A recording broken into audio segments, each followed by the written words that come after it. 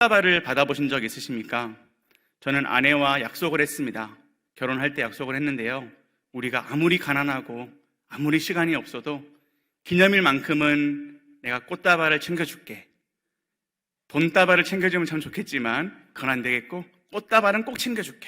그래서 꽃다발을 기념일마다 주고 있습니다. 꽃다발은 향기롭고 예쁩니다.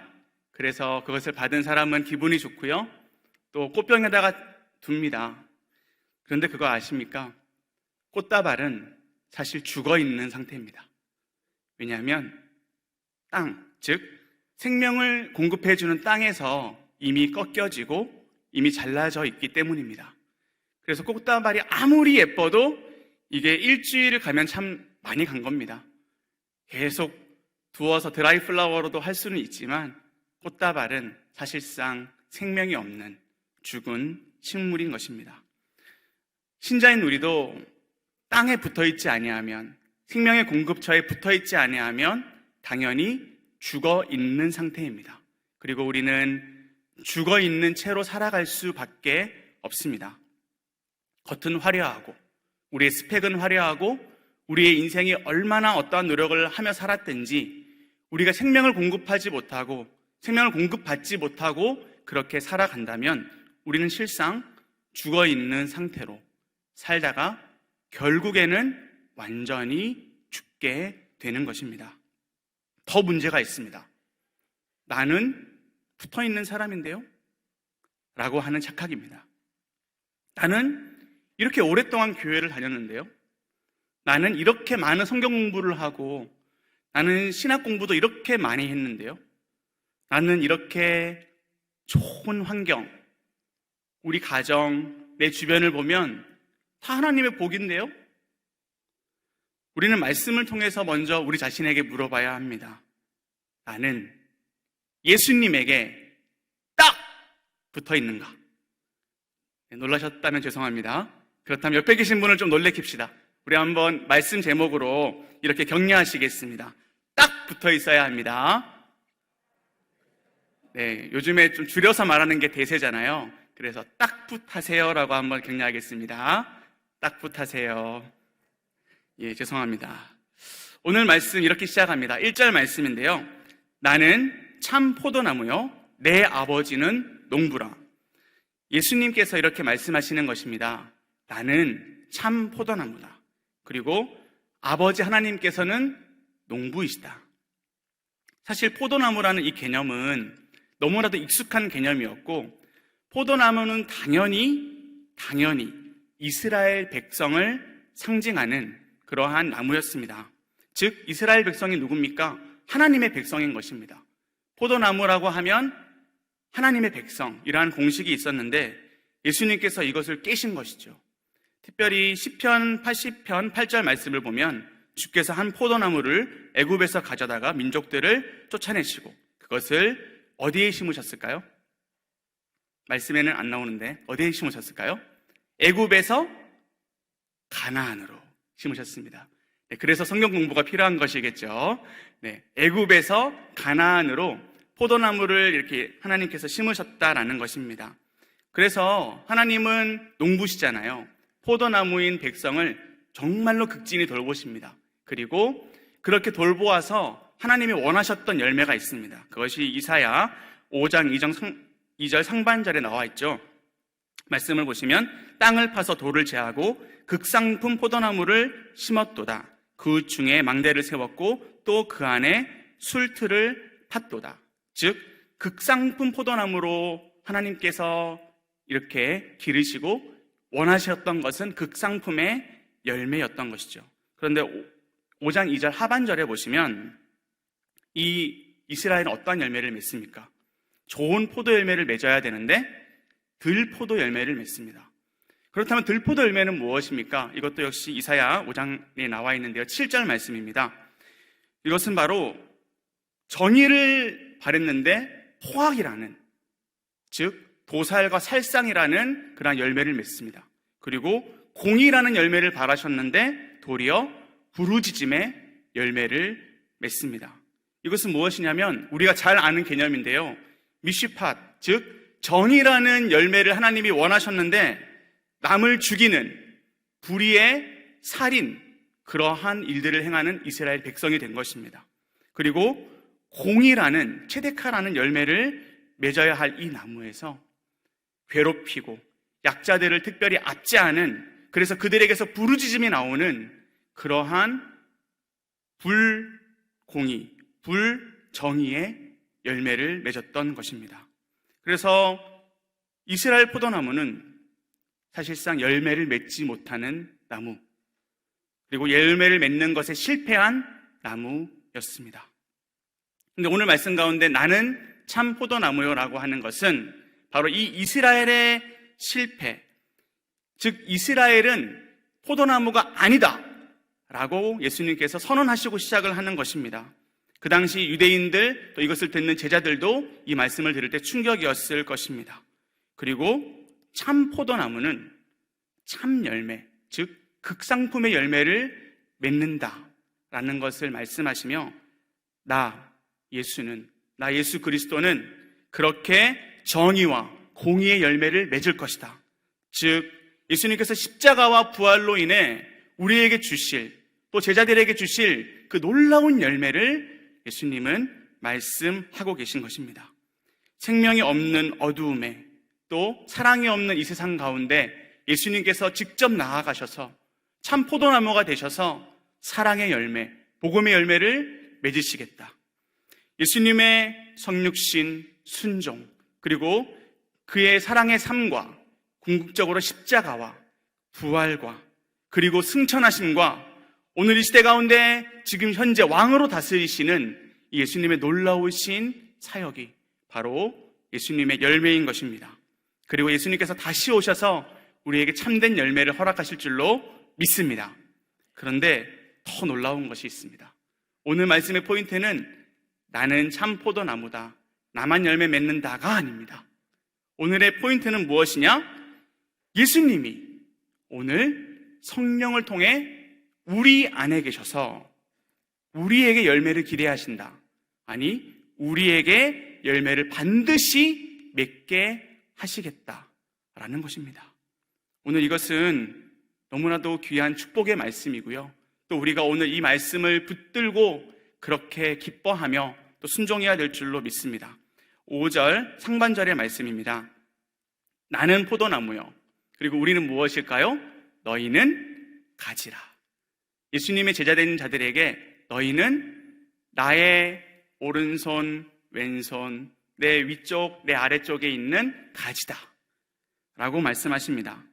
그렇다면 이 가지는 이 예수님이라는 나무에 붙어서 예수님의 양분을 먹고 예수님의 열매를 맺겠죠. 그렇다면 이 열매 맺는 가지는 구체적으로 무엇인지를 오늘 말씀 특별히 2절과 3절 가운데 나와 있습니다. 첫 번째, 열매 맺는 가지는 깨끗함을 받은 가지입니다. 2절 말씀입니다. 우리 함께 2절 말씀을 읽겠습니다. 무릇 내게 붙어 있어 열매를 맺지 아니하는 가지는 아버지께서 그것을 제거해 버리시고 무릇 열매를 맺는 가지는 더 열매를 맺게 하려 하여 그것을 깨끗하게 하시느니라. 아멘. 이 말씀 가운데 두 가지 가지가 등장하죠. 한 가지는 열매를 맺지 못하는 가지, 한 가지는 열매 맺는 가지입니다. 근데 먼저 무엇을 언급하시냐면 열매 맺지 못하는 가지를 먼저 말씀하십니다. 이것은 어떻게 하신다? 잘라버리신다. 아이로라는 단어를 사용하셔서 제거하시겠다, 잘라버리신다. 그런데 이 가지는 참 이상합니다. 어떻게 달려 있었을까요? 어떻게 달려 있었을까요? 이 비유의 의미는 과연 무엇일까요? 교회 안에는, 그리고 심지어 제자들 중에는 예수님을 따른다라고 하는 자들 중에 나는 가지인데요? 나는 예수님 곁에 이렇게 오래 있었는데요? 나는 예수님의 제자였는데요? 난 제자 훈련을 이렇게 많이 받았는데요? 우리 집은 이렇게 기독교 집안인데요? 라고 여기는 사람을 의미하는 것입니다. 교회 안에는 있지만 외적으로는 이런 크리스찬이 없지만 그 사람의 속에는 예수님이 없는 그러한 상태에 놓여 있는 자를 바로 붙어 있으나 사실상 붙어있지 않은 가지라고, 그래서 잘라버려야 하는 가지라고 그렇게 말씀하신 것입니다. 좀 더 구체적으로 말씀드리자면 우리가 잘 알아야 하는, 또 우리 창신교회 성도님이라면 잘 알고 있는 씨 뿌린 자의 비유 가운데서 말씀이 선포되어집니다. 그러나 말씀이 전혀 들리지 않습니다. 말씀이 선포되어집니다. 그러나 돌밭처럼 내 마음대로 이해하고 내 중심으로 이해해서 자기 합리화를 합니다. 말씀이 선포되어지지만 내 시선이 말씀으로 가지 아니하고 세상으로 향해져서 결국 불충분하게 이해하게 되고, 그리고 결국 말씀의 열매를 맺지 못하는 그러한 가지의 상태인 것입니다. 이것은 한마디로 영적으로 죽은 상태인데요. 오늘 이 말씀을 왜 주셨습니까? 우리 가운데 누군가는 잘려져야 될 나무 가지다가 아닙니다. 내가 예수님 안에 있는 것인가? 나의 모습은, 나의 중심은 예수님께 붙어있지 않은 그러한 삶을 살았던 것은 아닌가? 6절 말씀입니다. 6절 말씀 보시면 사람이 내 안에 거하지 아니하면 가지처럼 밖에 버려져 마르나니 사람들이 그것을 모아다가 불에 던져 사르느니라. 아멘. 이 말씀은 결국 붙어있지 않는 자는 예수님을 믿지 않는 자입니다. 교회를 이렇게 오랫동안 다녔지만, 성경 공부를 오랫동안 했지만 예수님을 경험하지 못하고 예수님 안에서 누리지도 못하는, 즉 알체 누에 알고 체험하고 누리는 은혜를 맛보지 못한 자는, 이 자는 구원받지 못한 자이며 결국 이 예비적인 심판 가운데 살다가 최종적인 심판에 이른다라는 아주 무서운 말씀입니다. 이것이 세상 사람에게 한 것이 아니라 제자들에게 했다라는 말씀, 이것을 우리는 꼭 기억해야겠습니다. 그렇다면 열매 맺는 가지는 무엇입니까? 열매 맺는 가지는 바로 깨끗함을 받은 그러한 가지입니다. 2절 하반절입니다. 15장 2절 하반절에 보시면 무릇 열매를 맺는 가지는 더 열매를 맺게 하려 하여 그것을 깨끗하게 하시느니라. 3절은 너희는 내가 일러준 말로 이미 깨끗하여졌다 라고 말씀하십니다. 농부 하나님께서는 열매를 맺는 이 가지가 더 열매를 잘 맺게 하기 위해서 가지치기를 해주십니다. 가지치기를 해주셔서 열매를 맺을 깨끗한 가지로 그렇게 만들어 주십니다. 가지치기란 무엇인가요? 이것은 말씀을 들은, 복음을 들은, 즉 십자가의 은혜를 들은 자가 이 말씀을 마음 가운데 새기고 이 복음으로 인하여 마음이 완전히 깨어져서 완전히 정결하게 되어져서 이 성령의 물로 씻음을 받은 그러한 과정, 그러한 결과인 것입니다. 즉 다른 표현으로는 말씀 목욕인 것입니다. 말씀을 듣고 이 말씀으로 목욕을 하는 거예요. 이게 가지치기입니다. 열매 맺을 이 가지에게 말씀 목욕을 시켜주셔서 더 열매를 잘 맺도록 하시겠다라는 그러한 것입니다. 요한복음 13장 10절 말씀입니다. 예수께서 이르시되 이미 목욕한 자는 발밖에 씻을 필요가 없느니라. 온몸이 깨끗하니라. 너희가 깨끗하나 다는 아니니라 하니. 왜 다는 아니죠? 제자들 가운데 가룟 유다가 있었기 때문입니다. 붙어있는 척했으나 사실상 붙어있지 않았던 제자가 있었습니다. 제자 훈련 그렇게 많이 받았으나 예수님을 전혀 누리지 못하고 자기 주관적으로 또 세상의 시각으로 살아갔던 그러한 자가 있었다라는 것입니다. 이 가룟 유다가 있었기 때문에 이렇게 말씀하신 것입니다. 말씀으로 목욕함에 있어서 인간의 노력은 1%도 없습니다. 이 가지의 노력은 1%도 없습니다.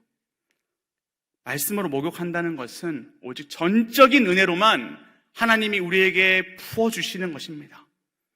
사랑하는 성도님들, 이것이 무엇입니까? 이것이 바로 중생인 것입니다. 우리가 깨끗함을 받아 열매를 맺을 수 있는 가지가 된 것이 칭의, 하나님께서 우리를 의롭다 하신 것이고, 이것이 무엇입니까? 이것이 바로 하나님의 자녀가 된 그러한 특권인 것입니다. 이것은 놀랍게도 예수님과 붙어 있습니다. 연합이 되어 있습니다. 그래서 열매를 맺게 되는 것입니다. 영적인 가지치기를 통하여서 이제 열매를 맺을 준비가 됐다라는 것입니다. 이 열매 맺는 가지는 무슨 일을 해야 될까요? 자, 우리 두 번째인데요. 다 같이 함께 따라 읽어보겠습니다. 시작. 딱 붙어 있어야 합니다. 가지에 할 일이 뭐라고요? 딱 붙어 있는 것입니다. 4절과 5절 말씀입니다. 내 안에 거하라. 나도 너희 안에 거하리라. 가지가 포도나무에 붙어 있지 아니하면 스스로 열매를 맺을 수 없음 같이 너희도 내 안에 있지 아니하면 그러하리라.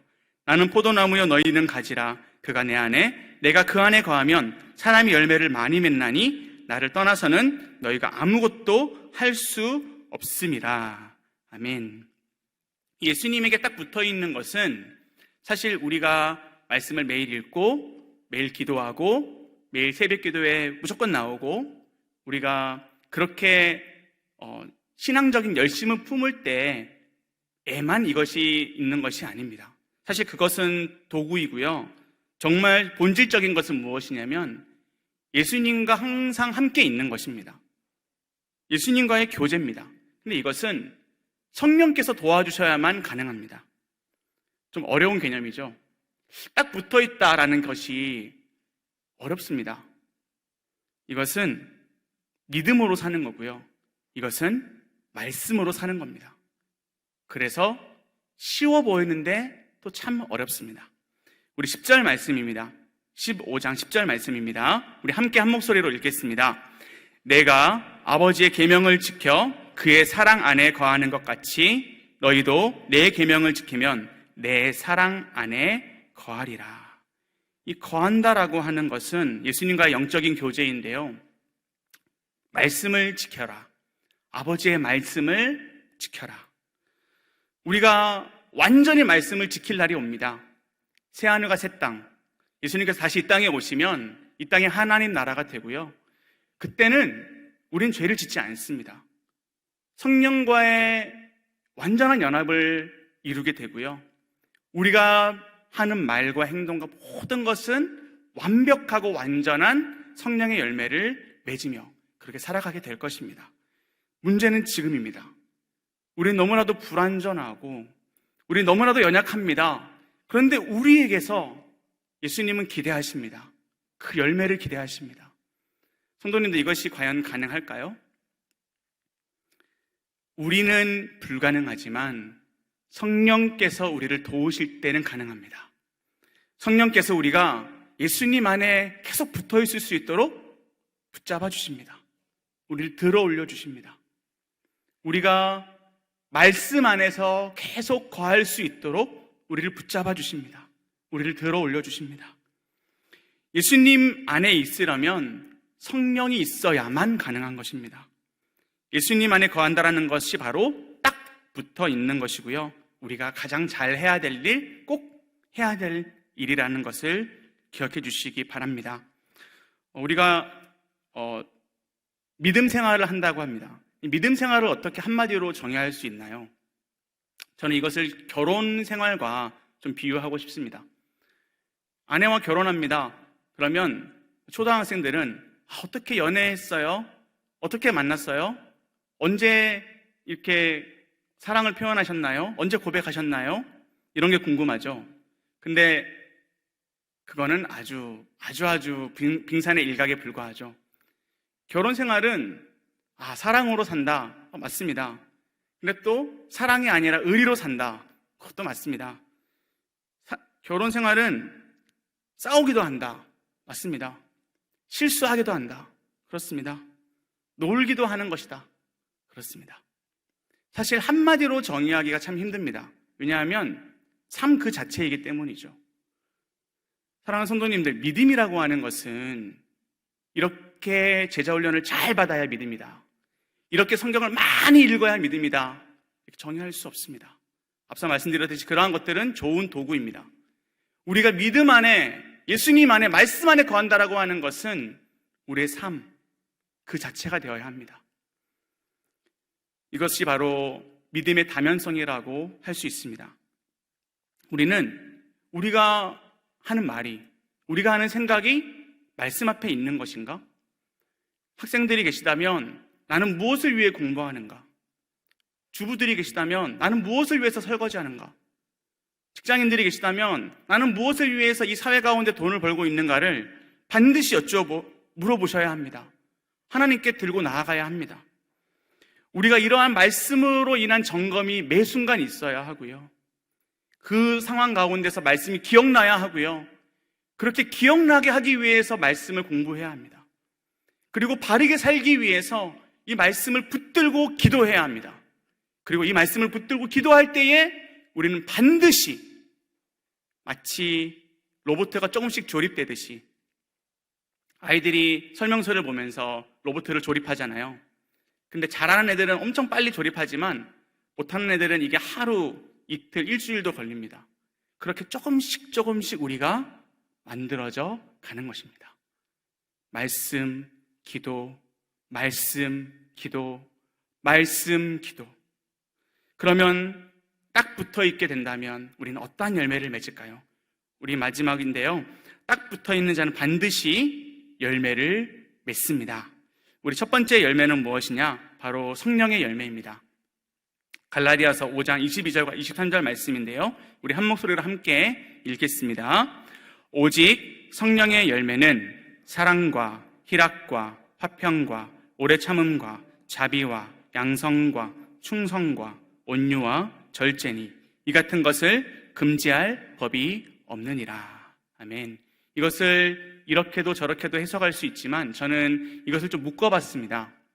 사랑, 희락, 화평을 한 바구니에 담아주시고요. 그리고 오래 참음, 자비, 양선 또한 한 바구니에 담아주시고요. 그리고 충성, 온유, 절제를 3개씩 묶어서 한 바구니에 담아봅시다. 먼저 사랑과 희락과 화평의 열매는 하나님과의 관계에서 맺어지는 열매입니다. 오늘 이 시간 이제 기도하실 텐데 이 기도 시간에 우리가 하나님께 기도하잖아요. 그러면 하나님의 사랑이 느껴지실 것입니다. 하나님이 얼마나 나를 사랑하시는지 그것으로 인해 우리는 눈물을 흘릴 수 있고 그것으로 인해 우리는 기뻐할 수 있습니다. 그 하나님과의 사랑이 얼마나 귀하고 얼마나 아름다운 사랑인지 우리는 성경을 통해 확인할 수 있습니다. 그 사랑의 열매를 반드시 맺는 우리가 되기를 원합니다. 그리고 희락, 즉 세상이 줄 수 없는 기쁨을 주 안에서 우리는 기뻐할 수 있습니다. 빌립보서 4장 4절 말씀이죠. 항상 기뻐하라. 주 안에서 항상 기뻐할 수 있는 것이죠.